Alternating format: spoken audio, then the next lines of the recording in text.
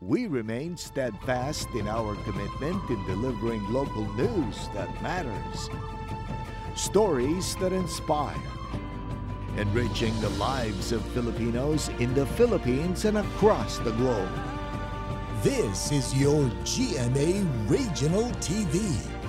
Buong puso para sa Pilipino.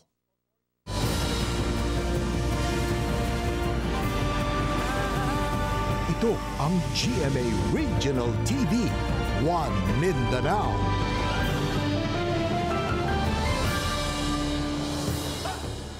Maayong hapon Mindanao, kini ang GMA Regional TV, One Mindanao. Hatod namo ang pinakadagkog pinakauling balita sa Mindanao. Ako si Sara Hilomen Velasco, live gikan dinhi sa GMA Davao Complex. Cyril Chavez, live gikan dinhi sa GMA Cagayan de Oro Station. Jess Tony Humami, live gikan dinhi sa GMA General Santos Station. Nagdilaab ang linya sa kuryente human natumba ang poste niini dihang nabanggaan og sakyanan sa Davao City. 5 ang natalang samdan sa insidente. Ani ang report ni Argil Relator.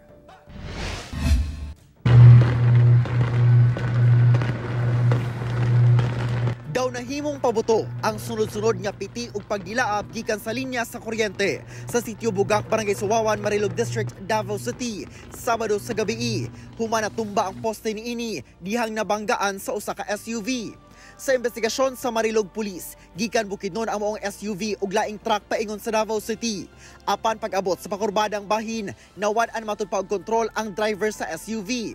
Hinungdan nga midiratso kini sa kilid sa kalsada ug mibangga sa road railings, lakip ang poste sa kuryente hangtod nahulog kini sa open creek.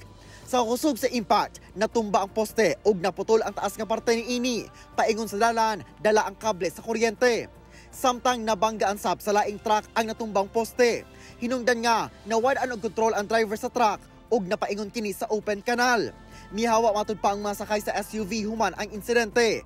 Apan mi-report pagkaugma sa Marilog Police. Explanation ana is nabalik man dito sa ato ang Marilog Police Station is ning kuanto sila gidala nila ang mga samaran dito sa hospital para ma-save nila no kay na may mga samaran. So nag-explain sila after sa incident mo itong nihawa sila. 5 matud ba ang samdan sa maong disgrasya? 3 ang sa SUV ug 2 ang sa truck. Tungod sab sa insidente, nakasinati og brownout ang pipila ka residente sa lugar. Hinoon, nabalik na gilayon ang linya sa kuryente. Kauban si Melchor Awing sa kamera. Ako si Argil Relator para sa One Mindanao. Kapin gatos ka magbanay sa Zamboanga City ang apektado human nasunog ang halos gatusab ka mga balay atol sa sunog sa Zamboanga City kagabi. Atong saro ng detalyan ini sa live report ni Efren Mamak. Efren. Sara, miabot sa ikatulong alarma ang sunog nga milamoy sa halos gatos ka mga balay sa barangay Camino Nuevo dinhi sa Zamboanga City. Ang gitudlong hinungdan ang gitudlong hinungdan sa sunog nabiyaan nga gidagkutang kandila.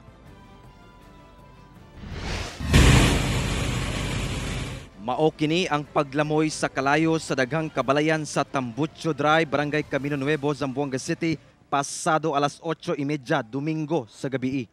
Gani sa aerial video nga kuha sa usa ka netizen, makita ang kadako sa sunog nga matud sa kabomberuhan, anaa sa halos usa ka gatos ka mga balay ang gilamoy sa kalayo.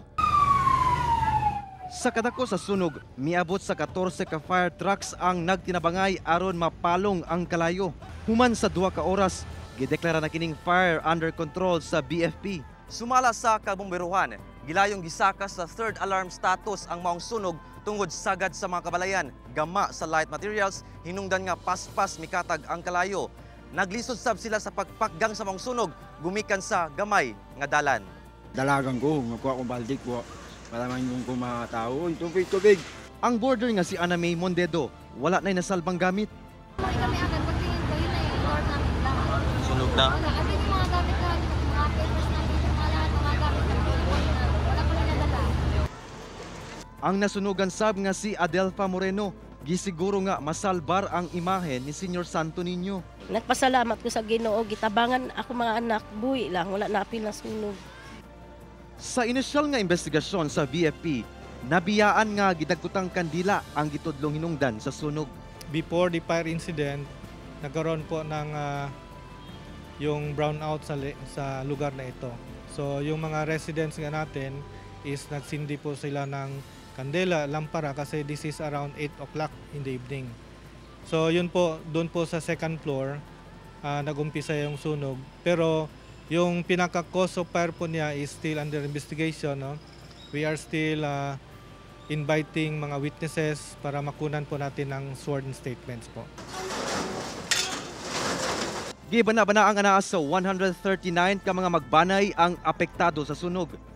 2 sab matud pa ang samdan nga gilayong gidala sa ospital. Sa kasamtangan, anaas sa mga covered court sa Barangay Camino Nuevo ug Canilar ang mga apektadong residente. Gipang apod-apura na sab sila og pagkaon ug hygiene kit sa CSWDO. Matod sa Barangay Council sa Camino Nuevo, nga abli ang ilang barangay alang sa gusto sab nga magpaabot o ginabang sa mga nasunugan. Kung mga Good Samaritans di ato nalye, iyo mismo ay manak de ustedes mga heart. Pwede kan pidiyo, iyo mismo at the same time pidiyo ayuda con ustedes si pwede lang kung nandun yung mga constituent which is anoche ay sila yung mga fire victim. Sara, sa karon padayon ang pag-abot-abot sa mga hinabang gikan sa lokal nga kagamhanan alang sa mga biktima sa sunog nga nahimutang sa mga evacuation center. Gawas sa mga pagkaon og tubig, nagmuntar sab og mga portable toilets ang LGU aron magamit sa mga bakwit. Sara. Okay, dagang salamat, Efren Mamak. Dili maubos sa 17 ka panimalay ang naugdaw sa sunog sa Barangay Tablon, Cagayan de Oro City kaganinang buntag. Sa hitabo, usa ka lalaki ang nasamdan, human nahulog gikan sa ikaduhang andana sa iyang balay. Anong report? Ugdaw og halos mga konkretong pader na lamang sa mga panimalay ang nahibilin human nga miulbo ang dakong sunog sa Purok 5, Barangay Tablon sa Cagayan de Oro City pasado alas 7 sa buntag adlong Lunes. Tungod sagad dikit-dikit ang mga balay ug ang uban gama sa light materials. Daling mikatay ang kalayo. Ang sunog gituuhan nga nagsugod sa panimalay ni Nanay Alma Ramillete. Gani tungod sa hitabo, ang iyang bana nahulog pa sa ikaduhang andana sa ilang balay tungod sa kadako sa kalayo. Nasamnan kini sa iyang agtang nga bahin ug daling gidala sa ospital. Di masabot ang gibati sir. Naadiha akong mga titulo sa akong pamilya, sa akong bana o sa akong tatay. Kay naman may title sa yuta sa kanang Bukidnon o sa Balingasag. Naadi na sir, naapil. Pasado alas 8:30 sa buntag, gideklarang fire out sa kabumbirohan ang sunog. Bisan pa man nga gideklara ng fire out sa Bureau of Fire Protection ang nahitabong sunog dinhi, ang pipila ka mga personahe nila nagpadayon gyapon sa ilang ginahimo nga overhauling. Kini aron masiguro nga wala nay kalayo pa nga muulbo gikan sa mga nasunog na daan nga mga debris. Sa inisyal nga investigasyon sa kabumbirohan, ang nakasaksak nga telebisyon ang posibleng tinubdan sa kalayo. Gibana-bana ang muabot sa 350,000 pesos ang damyo sa sunog. Ang kinilang area ko lisod kay sulang patrak. So jud kayo. Ang area ng ang kasagaran makasulod diri kinilang gagmay. Multikaba o motor nga atong mga truck kay nga dagko babaya sad. So muna nga naglisod pila kahos ang naladlad. Ginaasikaso na karon sa Barangay Council sa Tablon ang mga nasunugan nga temporaryong gihikling karon sa covered court. Naapo dito ang atong mga personnel, atong child development teachers, barangay health workers, barangay nutrition scholars para mo preparar pod sa pagkaon nga ilang makaon. Ug mangandam pud ta para po makatagtag food packs ug financial assistance gikan sa atong calamity fund. Kauban si Makoy Sempron sa kamera. Ako si Cyril Chavez para sa One Mindanao. Malampusong gipahigayon ang street dancing competition, floral float parade o drum and lyre corps competition galakip sa major activities sa 38 Carayawan Festival sa Davao.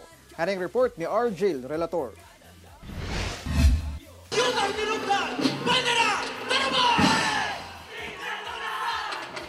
Ana sa 2,800 performers gikan sa 19 ka-contingents ang misalmot sa street dancing competition o ang indak-indak sa Carayawan nga usa sa highlights sa 38 Carayawan Festival sa Davao City.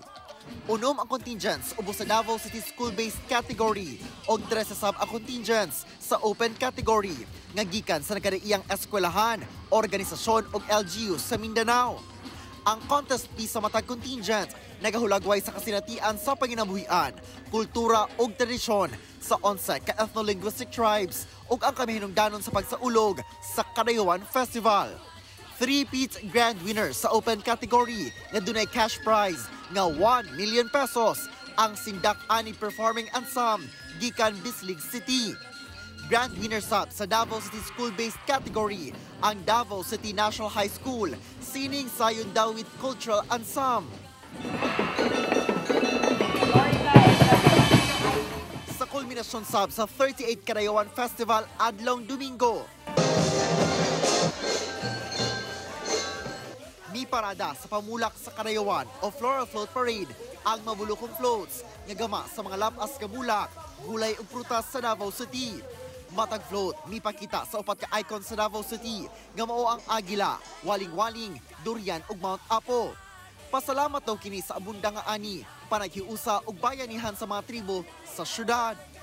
13 ang entries sa gamay o small category kung asa ang grand winner midaog og cash prize nga 600,000 pesos. 8 ang misalmot sa dako o big category nga dunay grand prize nga 800,000 pesos. Dunay 14 ka misalmot sa non-competing category. Mas nahimong bibo ang parada sa performance sa 17 ka contingent nga misalmot sa hudyaka sa Kadayawan o ang drum and lyre corps competition sa contingents gikan sa managlahing lugar sa Mindanao.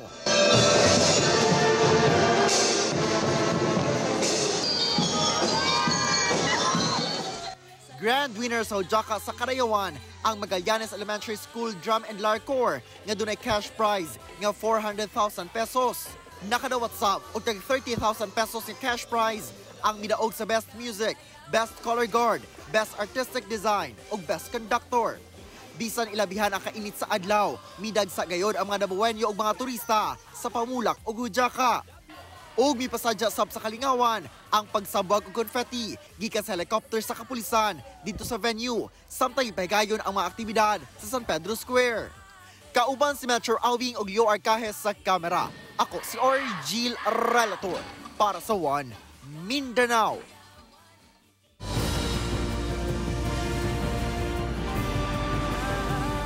Ito ang GMA Regional TV, One Mindanao.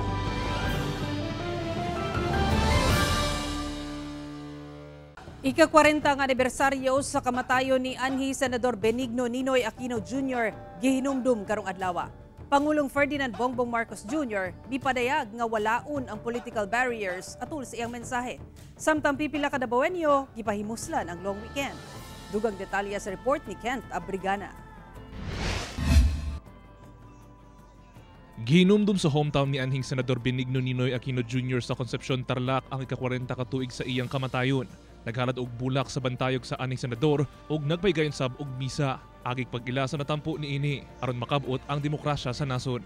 Samtang mipag-usab og mensahe si Pangulong Ferdinand Marcos Jr. kung asa ginauhag niini ang mga Pilipino nga sundugon ang mga maayong tinuuhan ug ang pagbarog sa kung unsa ang tama. Ginaawa usab niini ang publiko nga wala unusa ang political barriers nga nagapakgang sa kalambuan sa katawhan. Si Ninoy ang nahimong leader sa oposisyon sa administrasyon ni anhi Pangulong Ferdinand Marcos Sr. Tungod sa pagkamatay ni ini, nahitabo ang EDSA People Power Revolution. Niadtong February 24, 2004, gipirmahan ni kanhi Pangulong Gloria Macapagal Arroyo ang balaod nga nagadeklara sa August 21, isip ni Ninoy Aquino Day. Upat ka dekada ang milabay. Nasayod pa ba kaha ang publiko sa kasaulugon karong adlaw? Pipila ka Dabuenyo ang mitubag sa pangutana. Ninoy Aquino, katuyahang death anniversary niya. Pagkaibalo na ko kadayawan. Samtang gipahimuslan usab sa mga Dabuenyo ang long weekend na nagsugod niadtong Biyernes nga gideklarang holiday kay Indigenous Peoples Day hangtod sa Lunes kanus ang Ninoy Aquino Day.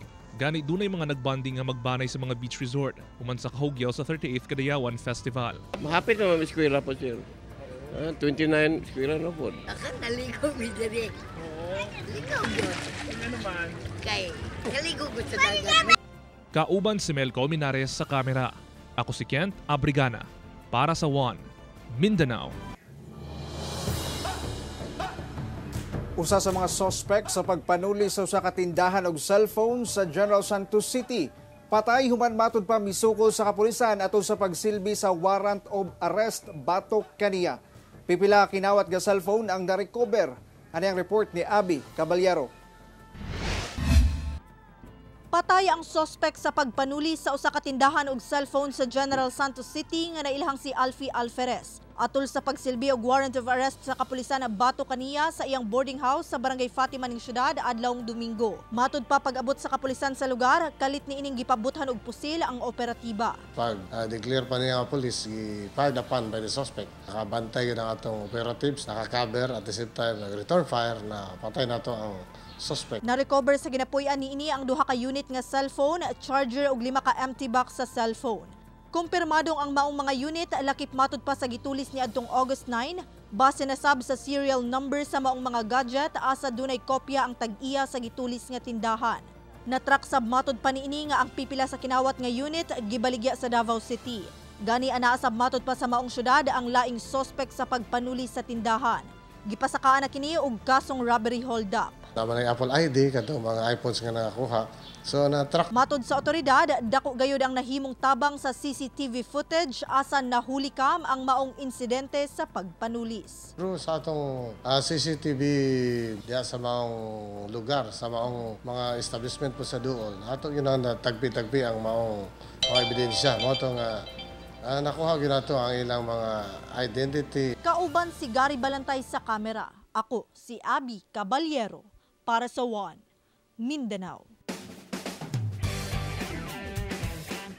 Paggama og handcrafted og world-class nga ilimnon gipakita sa magtiayong negosyante sa Calamba City. Mga gibidang produkto gama sa gisagol nga botanicals gikan sa nagkadayang rehiyon sa nasod. Ani ang report. Bunga sa maayong kasinatian ug tradisyon sa ilang pamilya ug ang tinguha nga ipaambit ang pamaagi sa paggama og handcrafted ug world-class nga ilimnon gipaambit sa mag-asawa nga sila si Matthew ug Lori Westfall ang labing una nga authentic craft distillery sa nasod nga nahimutang sa Calamba City, Laguna. Sa gipahigayon nga distillery tour, proud nga gipakita nila Matthew ug Lori ang ilang distilling process gamit ang pipila ka state-of-the-art facilities. Pagsulod pa lang, masimhutan na ang kahumot nga gikan sa ilang mga ingredient. The inspirations behind this is really my grandfather who came to the Philippines in 1918. Now, the genesis behind Full Circle and Archipelago is really to put the Philippines on the craft spirits map. The testament to that is, in fact, that we're now exporting to 18 countries. Ang ilang nag-unang produkto nga gin, gama sa gisagol nga botanicals, nga makita sa nagkadiang riyon sama sa Sampaguita, ilang-ilang, kalamansi, pine gikan sa Benguet, sagada orange, suha sa Davao, ug mangga nga gikan sa family farm nila Lori sa Dasol, Pangasinan. Really, it's 28 botanicals, 22 are locally sourced from the Philippines. So it took us so long to come up with ano ba talaga yung something that will represent the Philippines. Agaw atensyon sab ang lava rock nga ginagamit alang sa natural filtration sa ilang vodka. Gikan pa ang mga lava rock sa duha ka mga aktibong bulkan sa Luzon, ang Bulkang Mayon ug Taal. Bisan ang botelya ug label niini, dunay makuti ug mahinungdanon nga mensahe nga nakasentro sa abundang kultura sa nasod. Sulod sa 5 ka tuig, mihakot na og nagkadiyang awards ang ilang produkto. Laki pang distillery tour sa ilang ika-5 ka tuig nga anibersaryo. So enjoyable, also mostly because it was so thorough and it was such an educational experience learning about how they make it, the process of making it, but also in going through the tour, you could also learn so much about Philippine culture as well. Nagpasalamat sabang magtiayon sa ilang nadawat nga suporta. We couldn't have done this without the level of support that we've had. We've been growing 100% per annum, leaps and bounds. It's really about putting the Philippines forward. It takes long, but what you get at the end of that rainbow is so much fulfillment, especially if you're really trying to do it for your country. Ako si Sarah Hilomen Velasco para sa One Mindanao.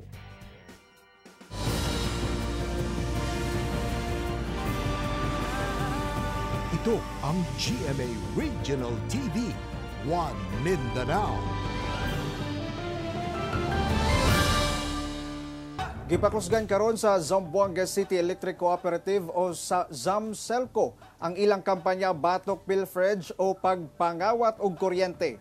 Gani subling ipatuman niini ang paghatag og reward money sa mga makatudlo sa nagapangawat og kuryente. Ani ang report ni Krisa Dapitan. Dakong hagit alang sa Zamboanga City Electric Cooperative o ZAMCELCO ang dakong system loss sa ilang buhatan. Sa ilang tala, moabot sa 6 million pesos ang mawala kanila kada bulan tungod sa non-technical loss gumikan sa pilferage o ang pagpangawat og kuryente.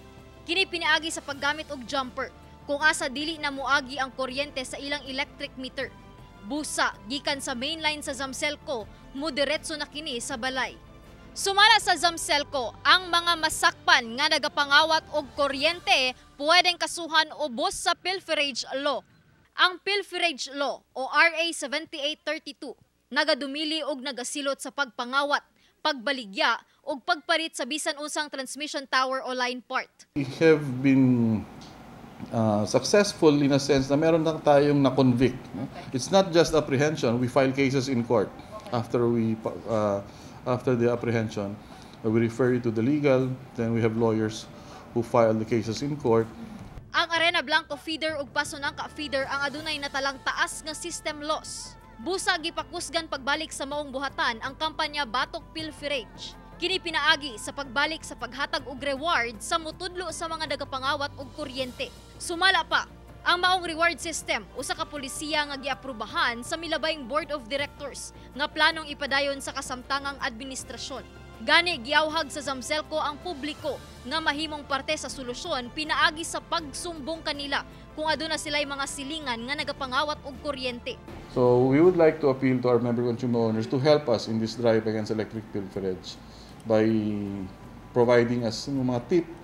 First of all, kung may kakilala silang nagpa-practice ng ganon, we have a reward program for those who provide information. Tapos later on, positive yung apprehension.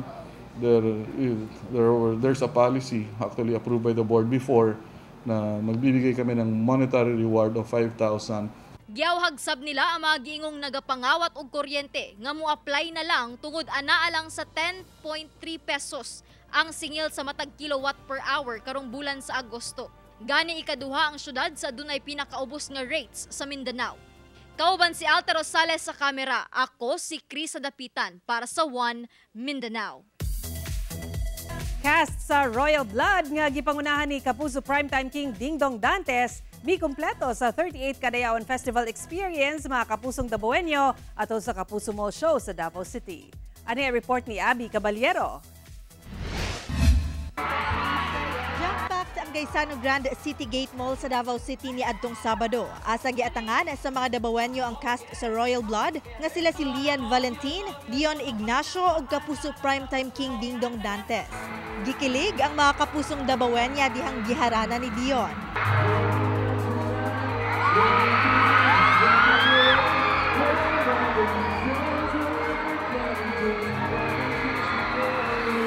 Nakising alongsab ang katawhan kang Lian.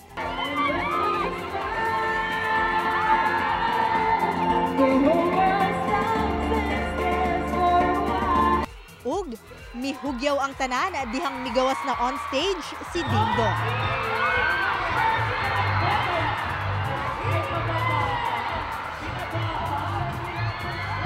Gani game na game sab si Dingdong nga nakisayaw sa mga Dabawenyo sa TikTok challenge kung asa nag-viral online ang iyang misis na si Marian. I was so glad na namit ko si Dingdong and yet I was so happy na nasa Landaria. Super enjoy! Nakasayaw na ako si Dingdong Dantes! Perfect kayo ang adlaw! Samtang mapasalamaton sab ang Kapuso Stars sa init nga pagdawat kanila sa mga Dabawenyo. Feel na feel namin yung pagmamahal nila, so grabe, one of a kind experience. Maraming salamat po sa mainit na pagtanggap niyo po sa amin dito sa Davao. Sobrang grateful kami dahil pinaparamdam nila sa amin kung gaano nila na-appreciate yung trabaho namin. Kaya thank you. Giawhag sab nila nga padayong suportahan ang Royal Blood nga nagkainit na ang mga eksena matag gabi sa GMA. Kauban si Jojo Solarte sa kamera. Ako si Abby Caballero para sa One Mindanao. Mao kadto ang mga uleng balita sa Mindanao karong adlaw. Mamahimo ninyo kining makita pag-usab pinagi sa pagbisita sa official website sa GMA Regional TV o bisitaha ang among official YouTube channel ug i-click ang subscribe button para sa pinakaulahing balita. Daghang salamat sa atong mga kapuso sa Mindanao nga nagalantaw kanamo ug sa atong mga kapuso abroad. Padayon lang sa pagtutok sa mga lokal nga balita matag adlaw tungod sa GMA Regional TV. Local News Matters. Kami ang GMA Regional TV 1 Mindanao, tibok pwersa para sa mas dakong misyon ug mas halapad nga pagserbisyo sa nasod.